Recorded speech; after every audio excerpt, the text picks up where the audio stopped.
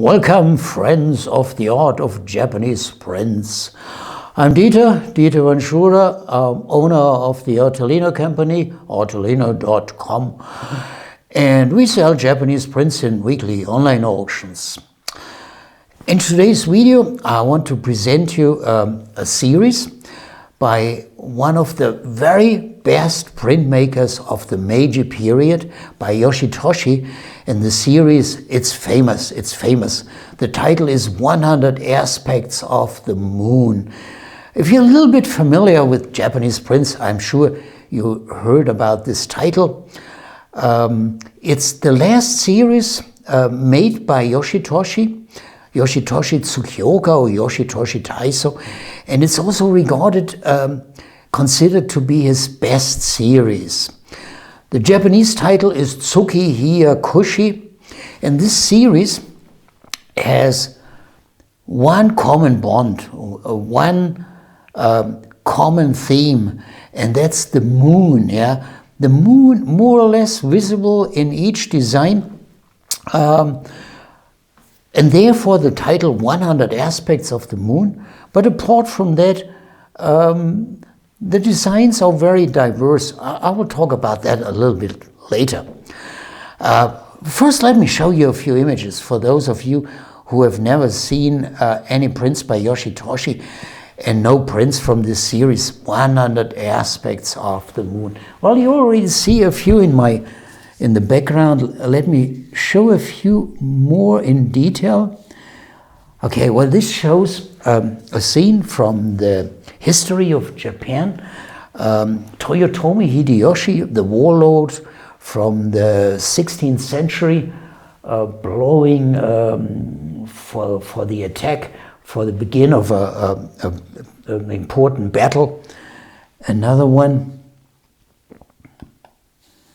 Okay, and this shows a priest bandit who was killed by Yoshitsune, a historic and also legendary figure from the late Heian period. This version, by the way, exists also in a different, with different colors, not with this black blue, but with a light natural background. And you see the designs by Yoshitoshi are extremely strong and dynamic. Another one. Well, this shows an Edo fireman from the 19th century. Of course, Edo, the old name for Tokyo, today's Tokyo, was frequently raged by fires. That was a huge problem. The houses were made of paper and wood, and Edo was very densely populated. And there you see him with his stand. Each fire brigade had its own stand, and there, very small, far away, standing on the roof in the fire, a guy from another brigade, and with this stand they communicated with each other. So an unusual design and completely different from the scope of these designs of historic events. Let's see, maybe, okay, a last one from the Japanese mythology. The title is Cry of the Fox. The series was produced over a period of 7 years between 1885 and 1892. You must imagine every few months a new design was published as single sheets. And it was very, very popular. The author of a book I presented later even reports that people were standing in long lines when a new design came out to buy it. Can hardly believe it, yeah? But it was very much in demand and very popular. Publisher was Akiyama Buemon. A few words about Yoshitoshi.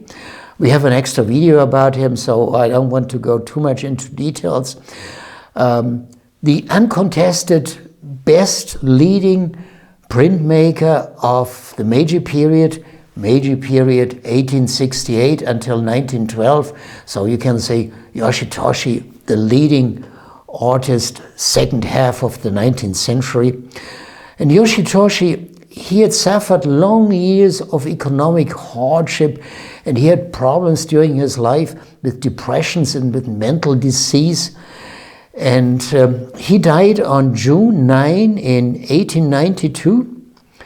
That was shortly before the publication of his last design, actually. When he died, he was only 53 years old, and he had died from a cerebral hemorrhage. The subjects of 100 aspects of the moon, many are from the history of Japan. Well, in general, you can say subjects rather conservative, rather retrograde, yeah, just like the character of Yoshitoshi. Quite a few are from the mythology and legends of Japan, also a few from everyday life, like the one of these Edo firemen. And you can say the series is outstanding for the quality of designs. And actually, there was no other artist during the Meiji period who made designs like Yoshitoshi did. Let's talk a little bit about the scheme of these prints. I want to explain a little bit about these Japanese characters and these cartouches. This cartouche, the long vertical one, that always holds the title of the series, 100 Aspects of the Moon, or in Japanese, Tsuki Hyakushi. And that square one holds the specific title of a design, in that case, Cry of the Fox. There you see, carved into the block, a signature and seal of Yoshitoshi. And here's a lot of Japanese characters. Well, on the left margin, this holds for early designs name and address of the artist, name and address of the publisher, and also printing and publishing dates. The printing and publishing dates on prints that had become mandatory, required by law, after 1887. I mentioned that there is a book. I unfortunately don't have it with me. Well, we produce these videos here from my private home, and the book is in our office, so sorry folks, but it's an excellent book. I show you just the cover. Let me see here. You see there are two editions. That is the cover of one edition. And the book was written by John Stevenson, and the whole series is, due to the book, very, very well documented. It shows each design with a full image, a full page image, and an intensive text description on a second page. So each design, one large image, and one long, excellent text description. Let's go back to the Cry of the Fox here as a nice background, my friends. There are different editions. I also already mentioned the first edition, which was published as single prints, yeah. But there is also a posthumous editions as album sets, also published by Akiyama Boemon, and this was published in 1892. The differences in the editions are not so quite easily recognizable from the prints themselves. They are lower in impression quality, of course, because the later edition, the album set edition, was also published from the original blocks. So these are originals, yeah, no doubt about it. But when this album edition came out, that was 7 years after the publication of the first single prints, and the more copies were pulled from the original blocks, the poorer the impression quality becomes, of course. It's also said that the posthumous editions has brighter colors. Another question that may come up, how many copies were pulled overall from one design? Stevenson makes an estimate in his book of 2,000 to 3,000 copies, early and posthumous editions from the album, both together. I personally believe that more copies were pulled than just 2,000 or 3,000, because the number of prints in the market are rather large, actually. I also want to mention there are also reproduction, meaning as woodblock prints, as newly carved blocks, but nevertheless handmade, yeah. But these are reproductions, no originals. And 20 years ago, I remember only few designs as reproductions. Over the years, they have become more and more. So, okay, open your eyes. The reproductions are also well made. A few collector tips. I already mentioned that the early single print editions, they are by far more expensive than the later editions, of course, due to the quality and the impressions. And you should also know that the prices for the designs, they vary largely. There are some, not all designs are so popular, yeah?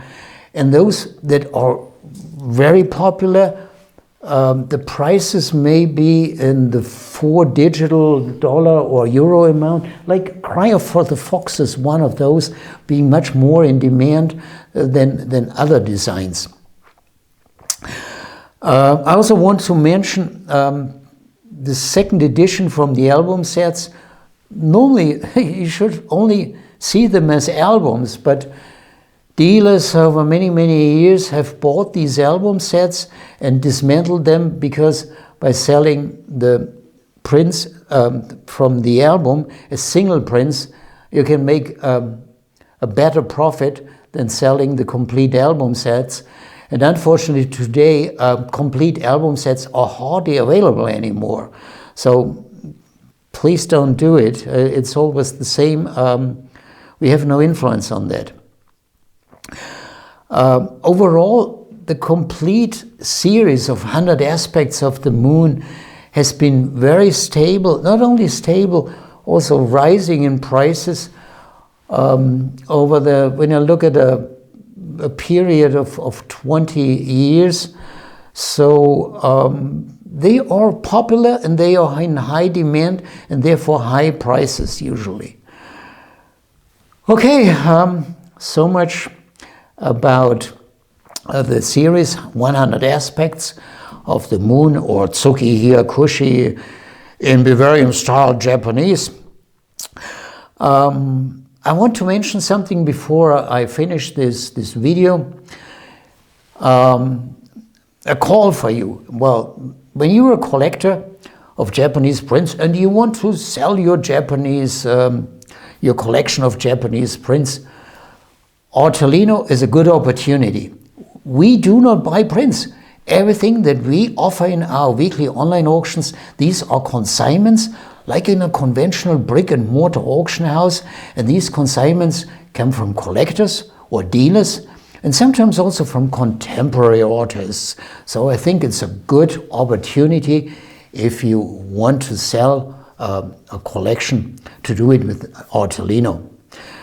Well, long video today. Thanks for watching, and I would be pleased to see you in one of our auctions, and definitely for our next video about Japanese prints. Thanks for watching, goodbye, and take care of yourself.